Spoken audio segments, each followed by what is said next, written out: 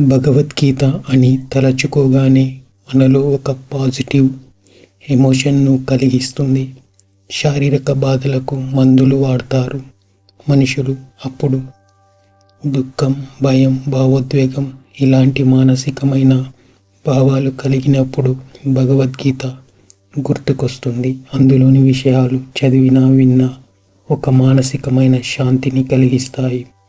యుద్ధ సమయంలో శ్రీకృష్ణుడు అర్జునునికి బోధించిన విషయాలు ఆధ్యాత్మికంగా, మానసికంగా జీవితంలో ముందడుగు వేయడానికి గురువుల మార్గదర్శిలా ఎంతోగానో ఉపయోగం. ఒక రకంగా భగవద్గీత మనస్సుకు ఔషధం లాంటిది. ఇప్పుడు ఈ వీడియోలో భగవంతుడు శ్రీకృష్ణుడు బోధించిన విషయాలను కొన్నింటిని తెలుసుకుందాం. మనిషి జీవితంలో ఒకసారి కీర్తింపబడతాడు, మరొక సమయంలో అవమానించబడవచ్చు. కాబట్టి కీర్తింపబడిన రోజు సంతోషం, అవమానించబడిన రోజు దుఃఖించడం చెయ్యొద్దు. కీర్తించబడడం, అవమానించబడడం రెండింటినీ సమానంగా తీసుకోవాలి. సుఖాన్ని, దుఃఖాన్ని సమానంగా తీసుకున్న వ్యక్తి ఎల్లప్పుడూ నా భక్తుడు అయి ఉంటాడని శ్రీకృష్ణ భగవానుడు అర్జునునికి బోధించాడు.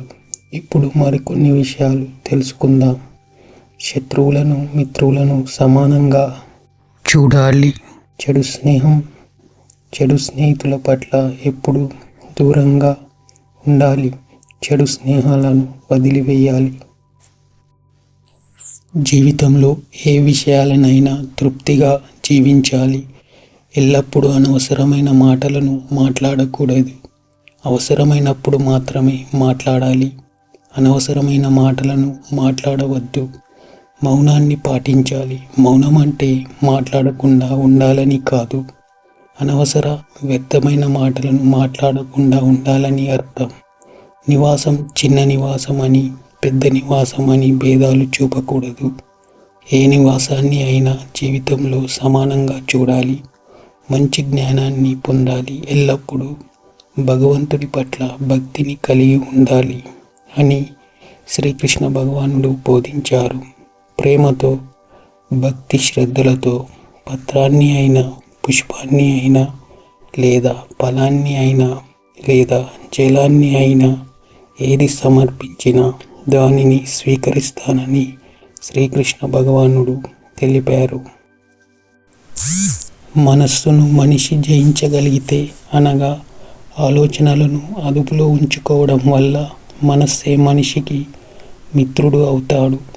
అటువంటి మనస్సే మనిషికి ఉత్తమమైన స్నేహితుడు అవుతాడు. మనిషి మనస్సును జయించకపోతే ఆలోచనలను అదుపులో ఉంచుకోలేడు. అప్పుడు మనస్సే మనిషికి పెద్ద శత్రువుగా మారుతుంది. సుఖదుఖాలు అనేవి ఎండాకాలం, వానాకాలం లాంటివి. ఎండాకాలం తర్వాత వానాకాలం, వానాకాలం తర్వాత ఎండాకాలం, ఒకటి తర్వాత ఒకటి వచ్చిపోవడం జరుగుతుంది. సుఖదుఖాలు కూడా సుఖం తర్వాత దుఃఖం, దుఃఖం తర్వాత సుఖం వచ్చిపోవడం జరుగుతుంది. ఇంద్రియాల వల్ల సుఖదుఖాలు ఏర్పడతాయి. కాబట్టి సుఖదుఖాలలో కలత చెందకుండా ఓర్పును నేర్చుకోవాలని భగవానుడు శ్రీకృష్ణుడు బోధించారు.